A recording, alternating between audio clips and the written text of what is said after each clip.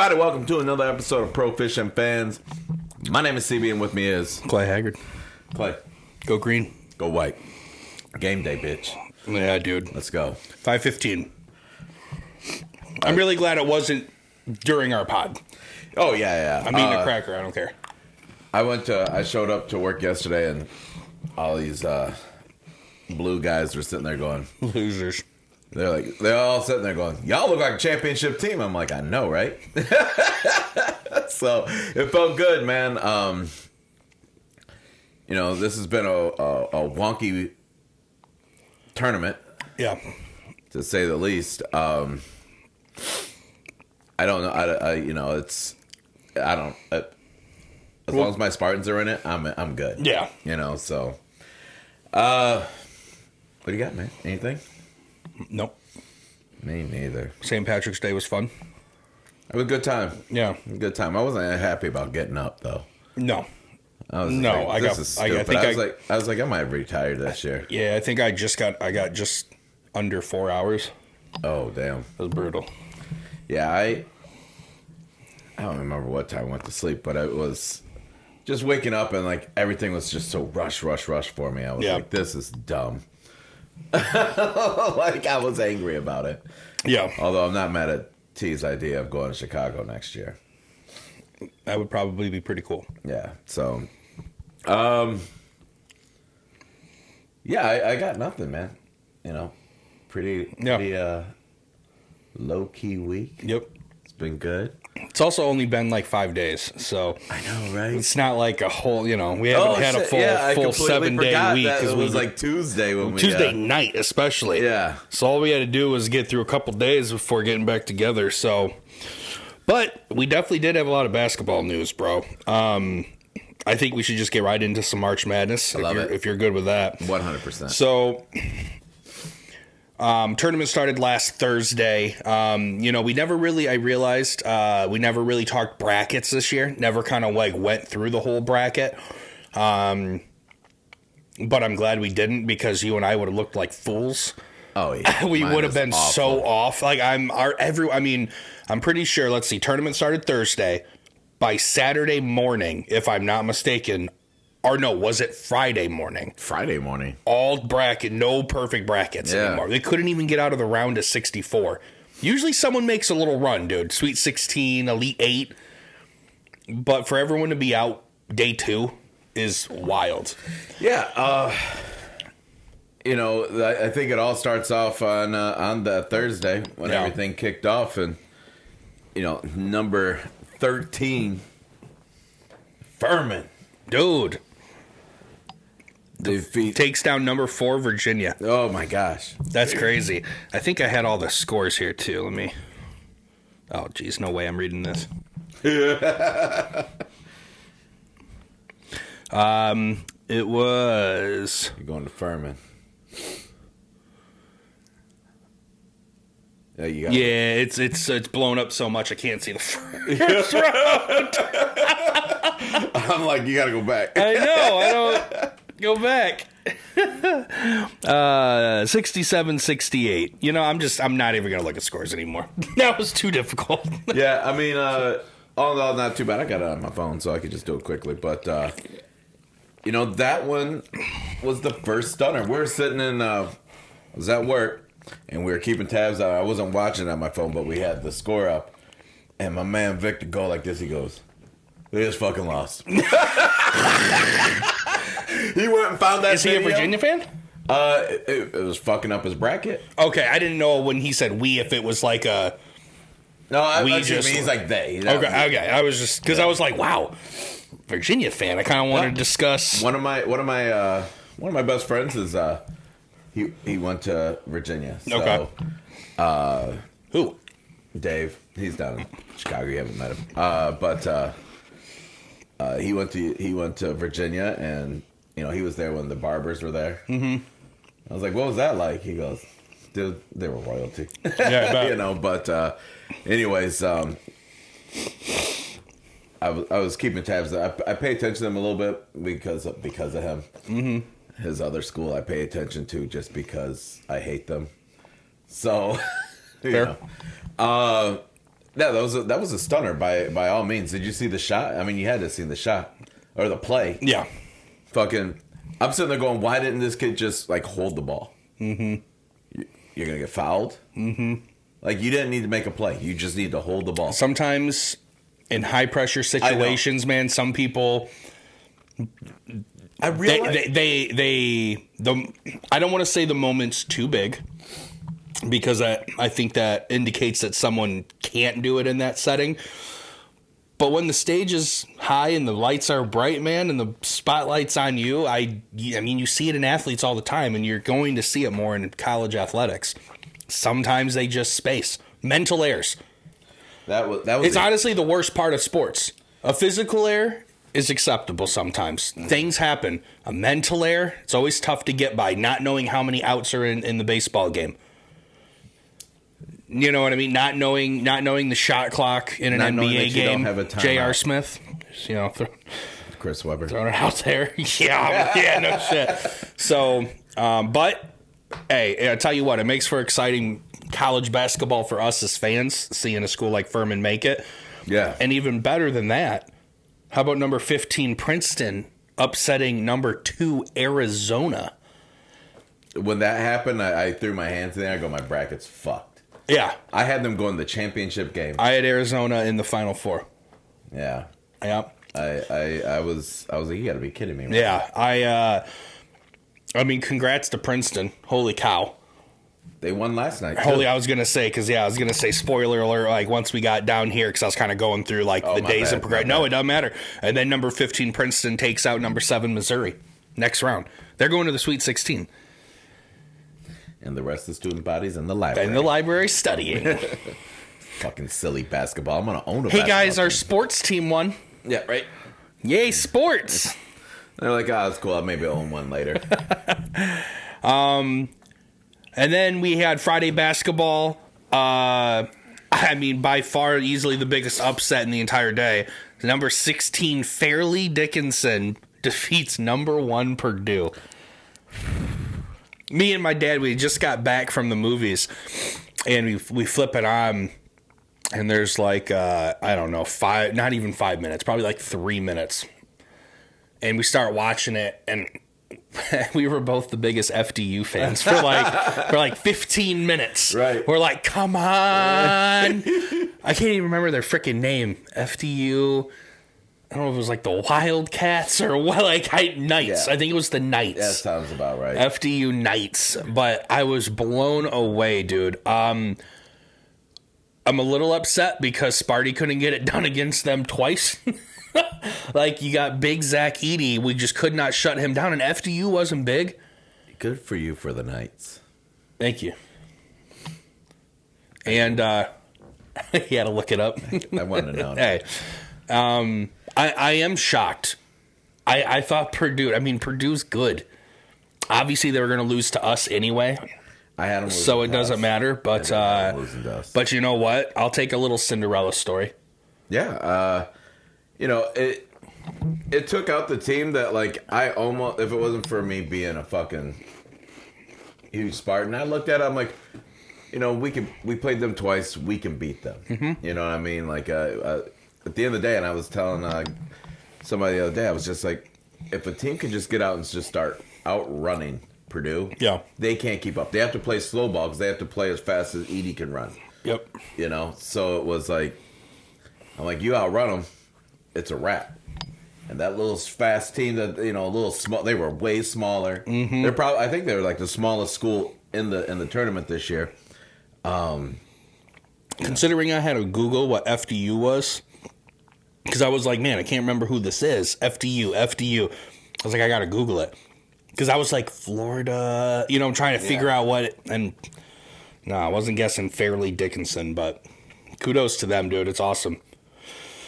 That same day, just a little earlier, we had number 7 Michigan State defeating number 10 USC. Go green. Go white. Felt good. We looked good. I was going to say, like, we that played looked like good. A tournament team. Yeah. That looked like a tournament team. Yeah, we had a little bit of a run. We were up 13 in the first half. And then, of course, what do? We let USC chip right back going into the half. And it was nice to see us gained momentum quickly in the second half. I think we let them take the lead for a hot sec, and then we just got going, dude. And I think we were up 15 or 16 at our biggest in that half. And it was nice to see our guys play resilient, and not give up on that game. What I really enjoyed was, and I see you have Hauser. You know, he was our leading scorer, and I was telling guys, they're all the guys that were praising Michigan State yesterday, right?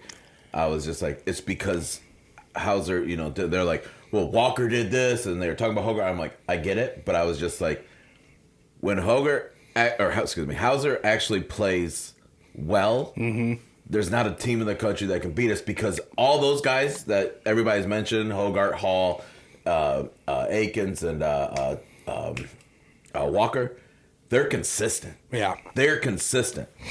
But if you can get Hauser to be consistent on that level, there's not a team in the nation that I feel like can really beat us. I feel definitely this season, but as of later into the season, even going into the Big Ten Big Ten tournament, gosh, should have been in the championship. Yeah, right. Nonetheless, he's gotten into rhythm. Yes. Like, Hauser has been a inconsistent monster this year. Super roller coaster performances. I feel like, and if you notice, you look at Michigan State's success this season, or when they struggled, and it kind of goes in line with Hauser's performance. What am I saying? Exactly. You know, and I know, and I'm agreeing with you. And I do think that when Tyson is, you know, he's been able to make up for a Hauser off game and vice versa. But when both of those guys are clicking, dude, I do think, like, just from the pure offensive output that those two can provide, and the way we play in transition and can get almost anyone involved on the court in our transition game, I don't see us not being able to compete with the best. And you know what's crazy is, like, we always talk March. You look at what's happened already, just from the few upsets we've discussed, and anything is possible. Anything's possible. And so let's fucking go. So all I can think of is Mike next door, just everything okay? But no, it makes me excited, dude. It makes me excited. But we have to keep the energy. We played with a lot of energy, a lot of passion and pride. Izzo has to get that out of the guys every game. Yes. There can't be a single game we don't go into that game with Spartan pride. 100%. It was funny because, like, I was watching the end of the game. I was at the hangar, and I'm sitting there, I'm watching, and I'm, like, kind of holding my breath. And Terrace is like, you guys got it. Look at the score. I'm like, no. It's not double zeros yet. I'm like, until everything is zeros across the board, I'm like, anything can fucking happen.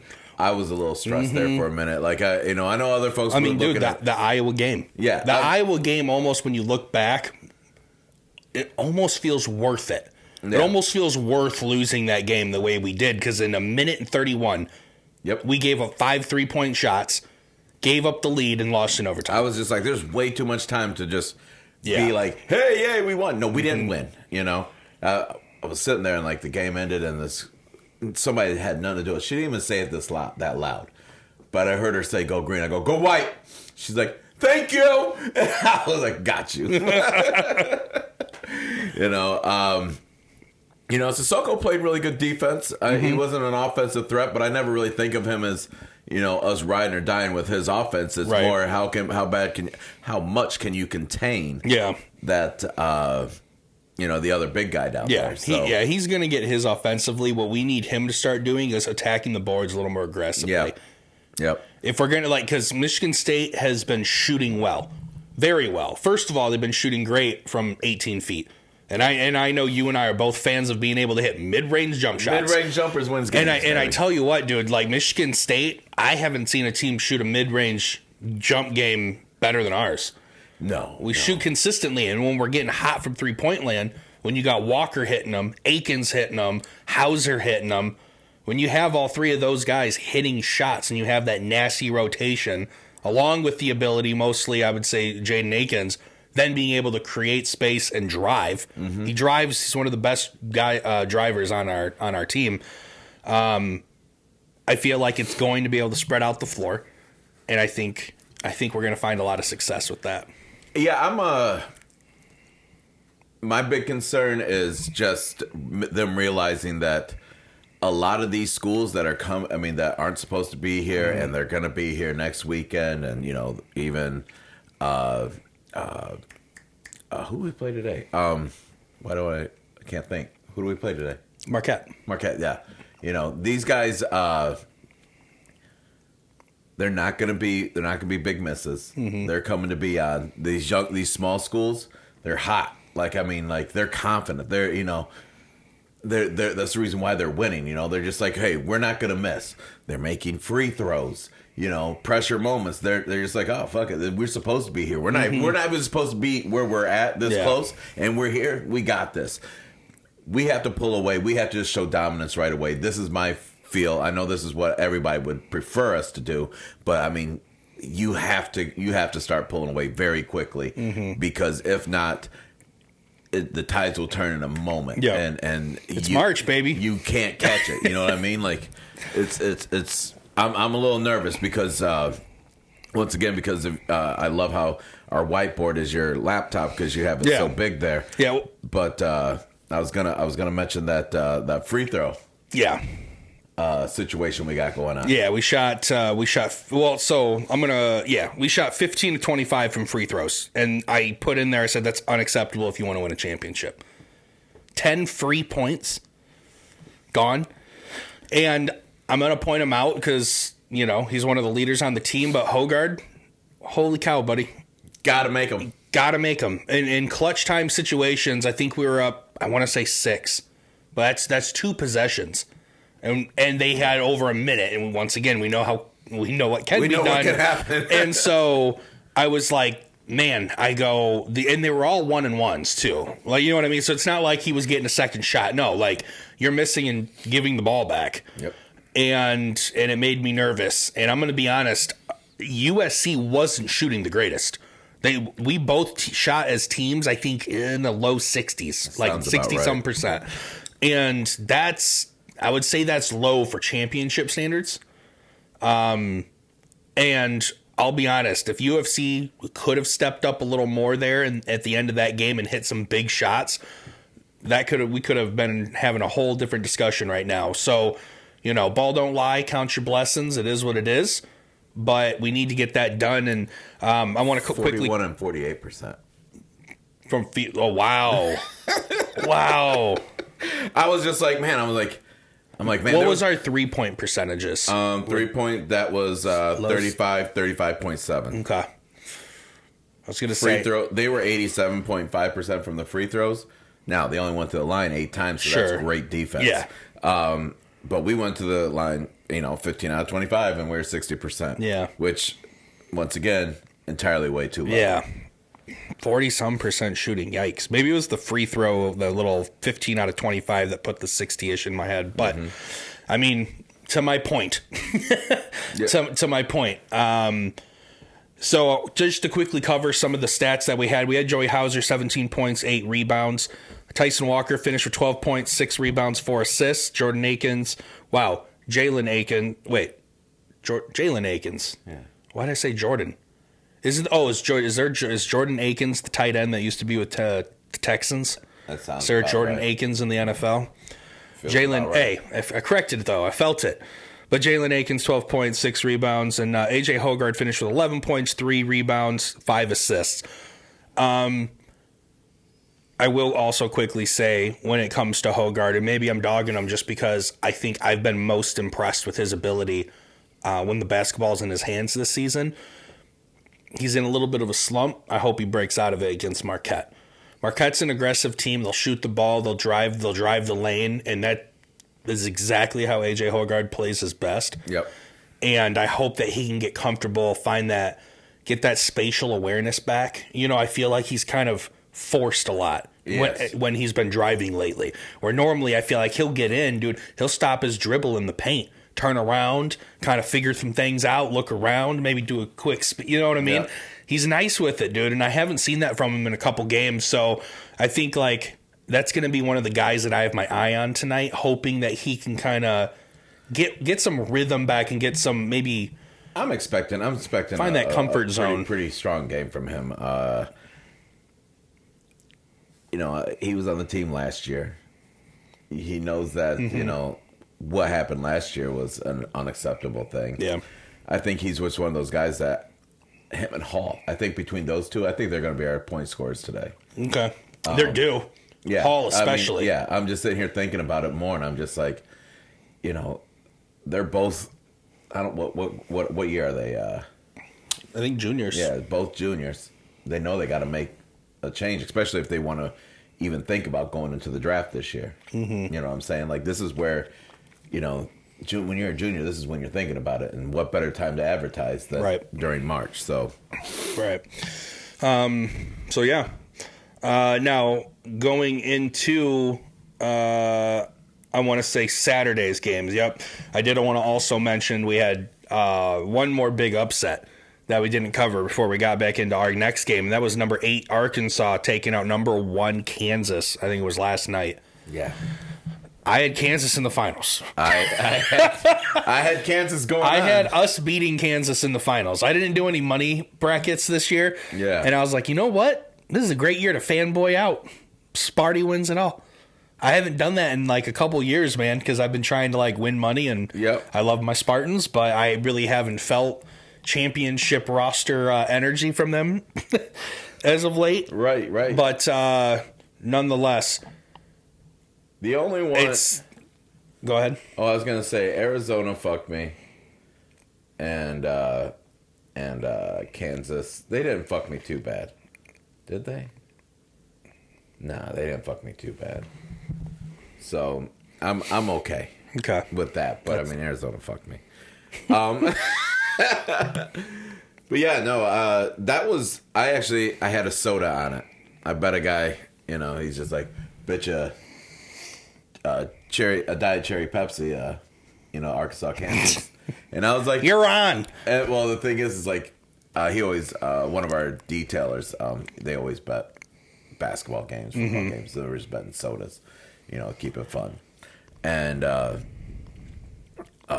he sat there. I'm like, you know what? I took a look at my bracket. I'm like, he wanted Arkansas. I was like, I got Kansas picked in the bracket. I'll stick with Kansas. He's like, well, I got Kansas picked in the bracket. And I was like, that's fine. I was like, we'll do the cherry soda. And then I was getting ready to walk out, and then he goes, I looked back. I go, this dude's playing with house money. I was just like, because he just won a bet for like 2 12-packs. Mm-hmm. And so now he's just gambling. I was like, you are slick. Hey, the come-up's real. I know, right? Oh, so yeah, that was. I had a lot of fun watching that game just because I was like, oh, it's more about pride. You know what I mean? When you're betting with somebody, it's not so much the reward. Hey, I get it. Mike and I watch. We were betting on these like marble races on YouTube. Like, this guy would literally make tracks or dude, it's crazy. Literally just drop some marbles in there. It sounds stupid, right? Me and my buddy Frazier used to do this. And I would just be like, all right, bro, we're just here chilling. Like, we're just talking anyways. Yeah. We're not like actively doing anything. And I put one on one night and I was like, hey, pick like 3 different marbles. There's like 12 in a race or 16. And I'd be like, whoever wins gets like $5. That's where it starts. I think you see how this escalates. Right. We did a whole fucking Olympic run one night, dude. Like, we watched, dude, I want to say it was like 2 hours or 3 hours of video. Jesus. Different events, different races. It sounds wild, bro, but I lost quite a bit of money that night. It did not go well. We adjusted the rules of it because I lost so much money. We're like, well, we got to gamble differently, bro. Fuck that. I see Frazier. He's got like, notepad, taking notes, drawing up plays for his marbles. Well, me and Mike were doing all this, but I thought you said it was Frazier. Well, that's him and I used to do it back in the day. So like I introduced it and it was just fun. Got it. So, but I think we got a segment out, so I'm going to make this awkward transition. I like it. All right. I funnily wanted to be like, hey, everybody, welcome to another episode. Yeah, right. So we could lead it off either way we wanted to. So, anywho, we got some football news. Yeah, we do. although we were complaining prior to like actually taking the time to think about what NFL news to really focus in on. Didn't we just talk about how like not many days have passed yet? We're still like, man, what just happened over the last couple of days? Yeah. To be fair, the NFL's been wild. It's because we recorded before Wednesday when free agency officially like started and deals could finalize. So congratulations, Jalen Ramsey. You're officially a Dolphin now. Had no idea him and Xavier were so tight, but we don't need to talk about that. I just, Fins came up, had to get my time. I would say... Oh, we didn't... I was going to say before we go there. Okay. We did not get to speak about what the Lions did because we were looking for a running back. Mm-hmm. As Lions faithful, every faithful person wanted Jamal Williams back. Mm-hmm. And then they came out of nowhere and signed David Montgomery from the Chicago Bears. Mm-hmm. I quickly kind of forgot about Jamal. Like, I was like, that sucks. We couldn't do anything with him. I like him. But when I look at the player that the Detroit Lions just obtained, I'm like, he's better. He was an RB1 on a very bad team.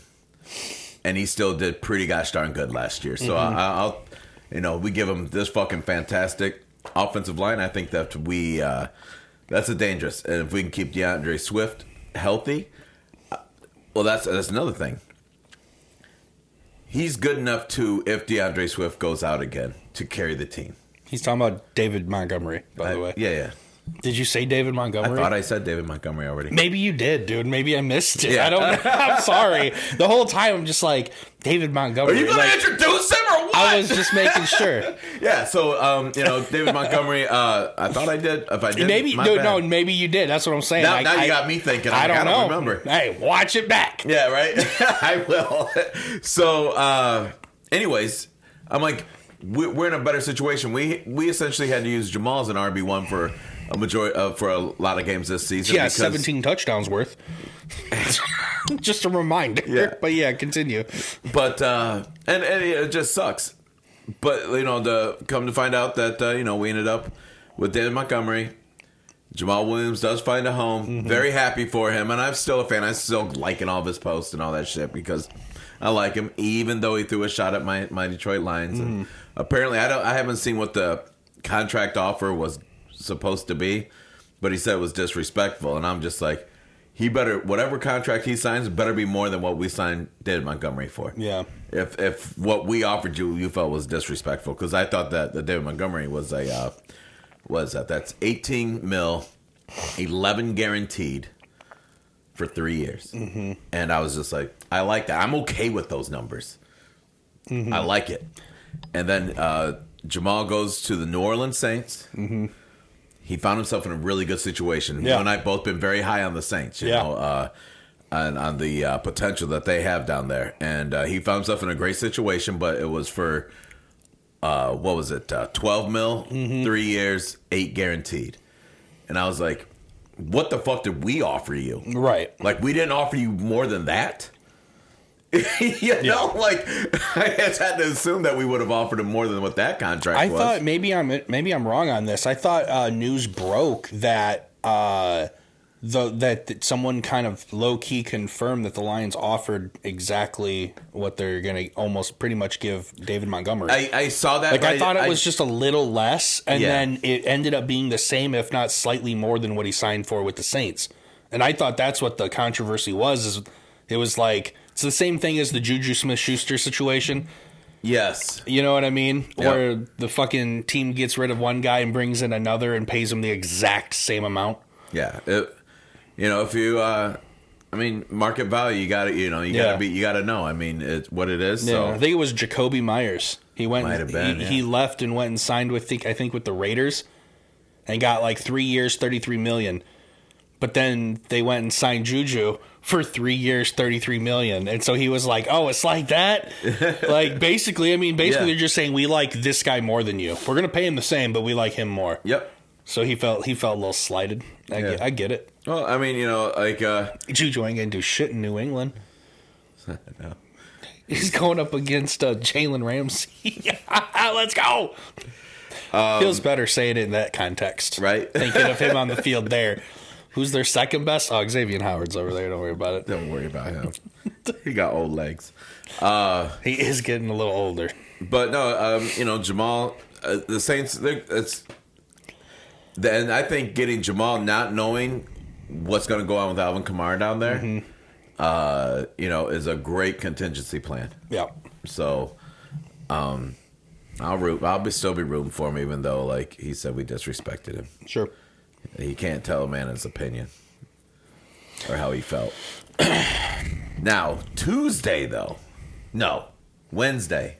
It was Tuesday. No, it was Wednesday. Yeah, it was Wednesday. You're right. And on the Pat McAfee show, we had Aaron Rodgers Wednesday.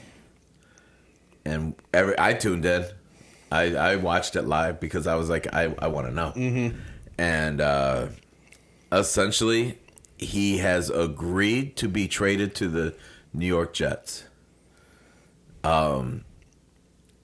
However, just because he said he's in it doesn't make it officially anything goes on, because he goes, the Green Bay Packers have to, see what they're going to get. Yep. And that's been a holdup right now. But it was funny because I'm talking to people, older guys, right? And they everybody, Aaron Rodgers haters, which is everybody. Which is everybody. And they're just like, he's selfish, da-da-da. And I was like, about what? Holding up to Green Bay Packers, but he's not. I was just like, I just watched this man say, I've agreed to come back and play football. And yes, you could definitely trade me to that team. Because he was even talking about retiring. Yeah. Like he went into this offseason thinking he was done. And then decided that he was going to, come back and let's go play for the Jets. What, I don't know. Did you watch it at all, or? Yeah, I watched the replay of it. And, I can't say that I'm the biggest Aaron Rodgers fan. I mean, I don't hate the man like I did Tom Brady, or do Tom Brady, I should say. But him being retired makes it feel a little bit better, right? But I will at least say that it's not Aaron Rodgers at this point that's necessarily creating any drama about anything. He stated, I just think it's good for him to come out and say, this is what I would do. If I can get traded here, I'm here to play in the NFL. You know what I mean? And I don't think that the Packers would then go and just trade him elsewhere, because he could just not sign at that point and retire. Right. So yeah, man, I just think it's good for a player to come out and just say what he wants, because now no one's looking at Aaron Rodgers for, are you going to make a decision? Yeah. He's made it. But things are out of his control at this point. Yeah, he's just like, everything else is relinquished over to the Green Bay Packers and New York Jets. Jets and Packers will find a deal. The Jets, that's New York. Let's talk money. Let's talk market. The Jets are going to give up whatever they need to get Aaron Rodgers. I think the argument at this point for them is he's past his prime. He's older. Can he still perform at that level? And I think that's the way the Jets are going to go about it, trying to bring that cost down. Mm-hmm. And the Packers are just going to stay stubborn in their ways, as they have been with Aaron Rodgers. Yeah. And they're going to say, no, this is what we want. You know, and I think they're going to, dude, I really think they're going to try and dig for firsts and seconds. I was going to say, that's what the article I was reading, they were saying that, it sounds like they were looking for 2 firsts. Yeah. And they're lucky if they can get a first. Because honestly, my opinion, this is like a second and third round, draft capital. I think it's going to be I think it's going to be a haul of picks. I just don't see it being multiple firsts. In my opinion, with Rodgers' age alone, he's not worth that much. I wouldn't give up a single first round. So that's just my opinion. I mean, even if Aaron Rodgers was still competing, even in top 10 quarterback of his position, because he is a bottom half of the league quarterback right now as far as output. Last year, definitely. The year before, it was definitely not. No. But I swear, dude, he is at a decline in my opinion. Just watching his game, I just don't feel like he has been performing. Yeah, I guess not having Davante Adams does change things. I need to give him a little bit of grace in there because Davante Adams, himself as a person, makes any quarterback better. The white 100%. his separation game is immaculate. Yeah, watching him run routes, bro, and watching defenders just 4 yards away from him at all time, 5 yards away, it's incredible. So yeah, I was gonna say, like, it seems like they're trying to ask for a little too much, and it's, we'll see. I get it, get what you can get, but I mean, let's be realistic here. Yeah. Let's get the deal done. We'll see what happens. We're not GMs for a reason. Because we're too smart for the position. I was going to say, like, I just need to see the books. Yeah, I hear you. But I'm not giving up first rounds.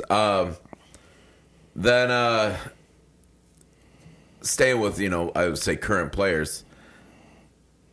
The Dallas Cowboys franchised Pollard, right? Yeah, great running back. Yeah, he's fantastic. Great running back. I'm a huge Pollard fan.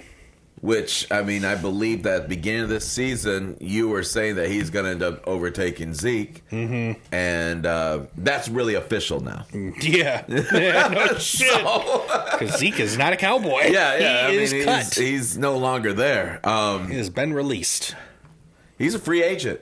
Yeah, that's wild. And I didn't put it on here because I didn't want you to think about it. But no. You and I were you were talking about, Henry and Cook being possible running backs to, well, they're kind of linked to Miami right now, is what I understand. Yeah, as far as rumors. What would you think about Zeke coming there? Well, what I will say before I answer that question is I kind of told you in between our recording was I'm perfectly happy running Mostert and Jeff Wilson Jr. I really am, dude. I don't say it in the sense that I think their individual talents outweigh a Derrick Henry or a Dalvin Cook or even an Ezekiel Elliott, if we're being completely honest.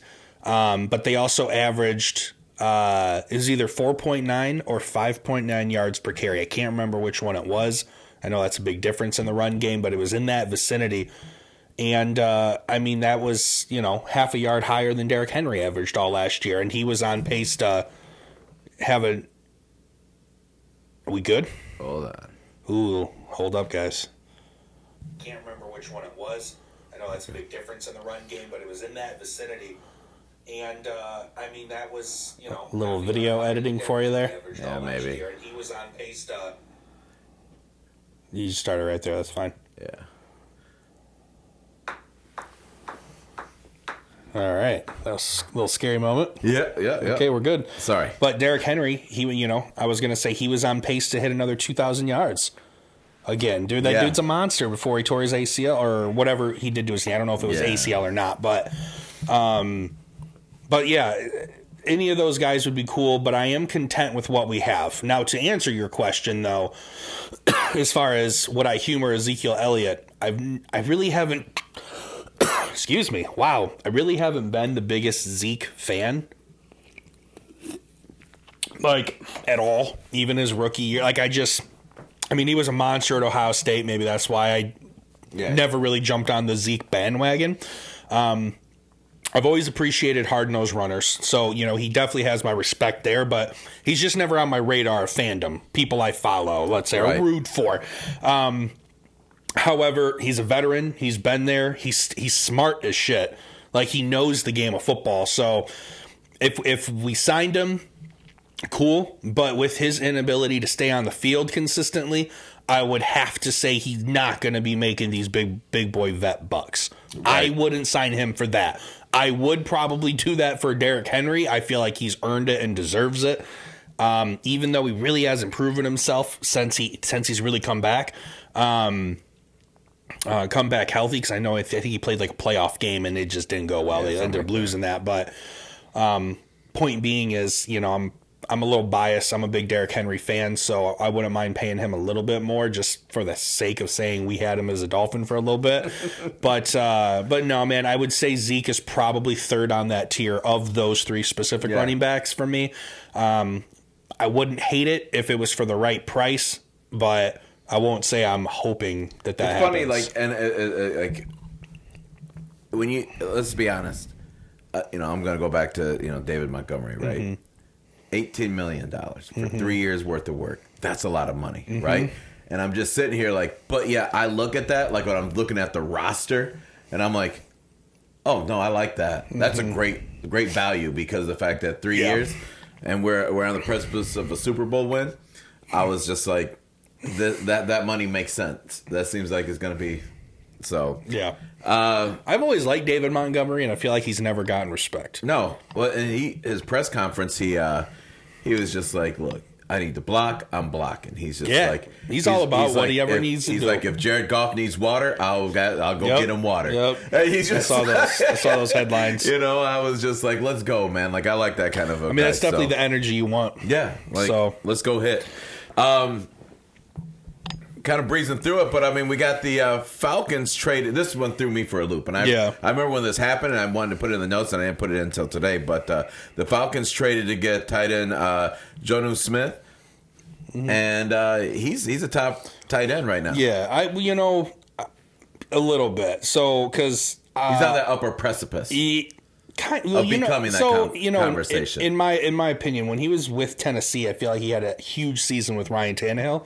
When he went to New England, dude, he was behind Hunter Henry, and he actually didn't have stellar seasons. You didn't see him. Yeah, but I will also say Hunter Henry also, his output went down a little bit when he went to New England. So I don't think those guys were being used to their potential. So I do think Jonnu Smith can go back to being that top tier tight end like he was in Tennessee right before he got traded. Or re-signed. Maybe he just signed with New England. I thought he was traded. Doesn't matter. I think he can go back to that, but I agree with you in the sense that you still have Kyle Pitts. There's two different ways you can go about this, I guess, without understanding how Atlanta's going to run their offense. Either you go to 2 tight end sets.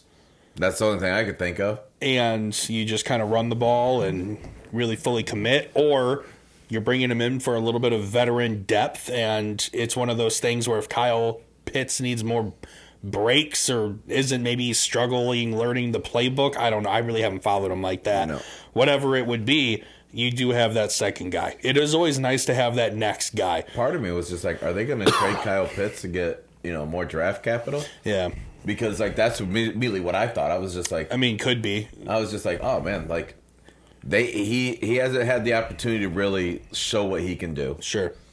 And they're just like, but there's still so much promise because he's supposed to be that generational talent, right? Yeah. That's what he was drafted in the league as, and he's not up. He's not even sniffing Kelsey, Kittle, Andrews. He's like, but like. He's coming into the league, he was supposed to be already there. Yeah, he's had QB troubles, obviously. No, 100%. And I think this is a situation where that excuse actually matters. You're right. Like this time, that's not an excuse. It's just fact. He hasn't had any quarterbacks throwing him the football. So we'll see if they can get that going first. His rookie season, Matt Ryan was still there. Yeah. Oh, yeah. And he had a really good season. Yeah. Yep. Matt Ryan was his last year there because he was only in Indy for last season. You're right. But nonetheless, I really think this is veteran depth.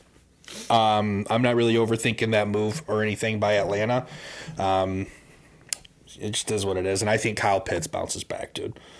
He has to. I would think so. Even with quarterbck woes, I'll be honest. He's still a talent. Maybe it's because I'm like, oh, we need a tight end. Yeah. I was just like, we got to. Jeez. I was looking at it like that at first. I was like, ooh.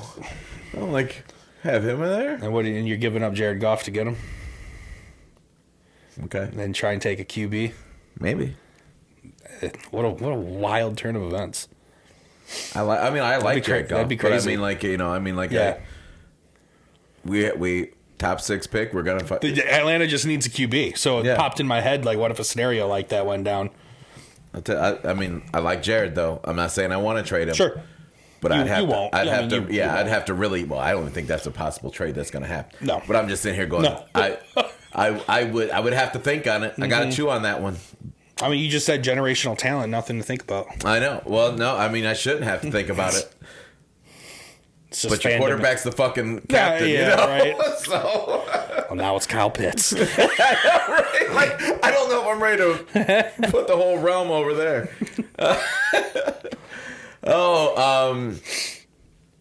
Any more NFL news that I care to talk about? Oh, you got Glasgow back, didn't you?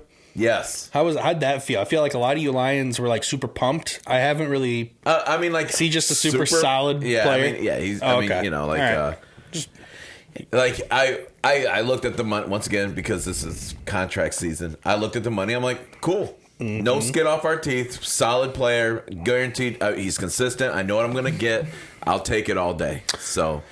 There is, I don't have to look it up, whatever. There is a tackle that I think he plays for the Raiders right now, and I really, really, really want Miami to fucking sign him. Dude, we need a right tackle so bad. Like, that's our weakest position on our entire roster, and it's the only one we haven't fucking addressed so far, and it's killing me. The Chiefs lost their tackle, Orlando Brown. Yeah, to the Bengals. Yeah. Yeah, Joey Burrow finally got someone on his blind side. Yeah. Oh my gosh. Yeah, I mean, like, everybody that we've re-signed and, you know, we've signed this season, I've been very happy with. I mean, it's just weird that I was just telling you, I was like, we got so much NFL movement those first couple days. I'm like, now I feel like I'm fiending for more. I know. I'm just always looking at my phone like, come on. Yeah, give me something. Give me, like, Laramie Tunsil signed an extension. I'm going into Instagram, like, because, you know, when you open it up, it's just, like, random shit, right? Yeah. I'm up here in the right corner following. That way it gives me to me, like, first things. You know, I'm like, okay, that's next. Oh, these are all women. But, Granny. Yeah. But anyways, no, it's definitely got me fainting. I'm on Twitter like crazy looking for some news. I'm scrolling on my phone just to make sure. Oh, shit. Speaking of Patriots, our former Dolphins tight end Mike Gesicki signed with New England. Oh, and Juju. Yeah. Mike Gesicki signed with the Patriots. I was like, damn. He gonna bust your ass. But I was like, now I got to unfollow him on Instagram. He posted a picture of him in a Patriots uni, like it was like fan made, you know, like digitally changed, and he was like, looks kind of good, and I'm like, you fucking piece of shit. You're supposed to bleed aqua orange. I don't care if we betrayed you. Oh, but who you guys got filling the spot? No one right now. It's rough, bro. Kyle Pitts, you guys are making huge moves. We got Durham Smythe currently. He was our backup last year. Played quite a bit actually because he blocks better than Mike Gesicki. Right. And then we just traded for some guy from Denver. I want to say it's like Sauerbrunn, but it's not. It's like Sorbin or Sorbert. Okay. Sobert. Ooh, Sobert. Final answer. There we go. Just had to work it out, baby. Just had to work it out. Sobert. He's a tight end, and he doesn't play much. So I'm just assuming that he can block with the best of them. Because I don't know. Like, that's what Mike needs. We want to get our run game going, dude. We really want to hone down, and if we can throw 2 tight end sets with 2 tight ends who can block, that's a lot of extra help, dude. To be your fucking quarterback of the future, because that guy drops back there and he gets fucking beat up. And I do think, I mean, even though when Mike goes to the air, McDaniel calls air he calls a good passing game. Yeah, he does. And so, but I would like to see what I just mentioned, almost 6 yards per carry on average between our first 2 running backs. Let's fucking work them, dude. Oh, we signed Craig You got Reynolds, thunder and lightning. Like, literally, like, use it. Use it. Don't give up. Because if our defense is strong, which what have we been working on? If our defense is strong and we can get off the field, we can run the ball, we can control the clock, and if we need big chunk yards, you got Reek and Waddle downfield. This could be a Lions Dolphins Super Bowl this year. It could be, because like I feel very, very confident in my team. Could be your team. Your biggest problem is you're in the AFC.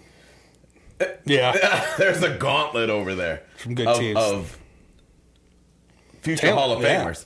Yeah. You know, so you know, I don't feel as deep over here. Hey, control what you can control, baby. That's out of your control. Don't worry about it. Oh, well, I got nothing else, man. No, I don't either. Actually, go USA. World Baseball Classic. Yes. Go USA. That's Trey Turner, 8, right? 7. 7. Okay, yeah. 7. I was gonna say I know it's supposed to be like right after. Yep. They play Cuba in the semifinals today. I just got on it because Trey Turner hit a go-ahead grand slam in the top of the 8th to put them up 2. And they ended up bumping out Venezuela last night. So now my fandom is at a peak. I'm like, oh shit, semifinals. America's doing something over here. Let me jump on that bandwagon. Right. although playing Cuba does not have me super confident. Yeah, that's a powerhouse. Cuba, Dominican Republic, all of. I mean, Venezuela's nice. No, they're all nice. Yeah, right. So, all right. Well, I'm gonna tune in. We got the Spartans at 5:15. Go green, go white. I'm looking forward to that, and hopefully next week we're reporting about how we are going to the Elite 8. Hell yeah. So, all right. We'll talk to you later. We're out. Peace. Take care.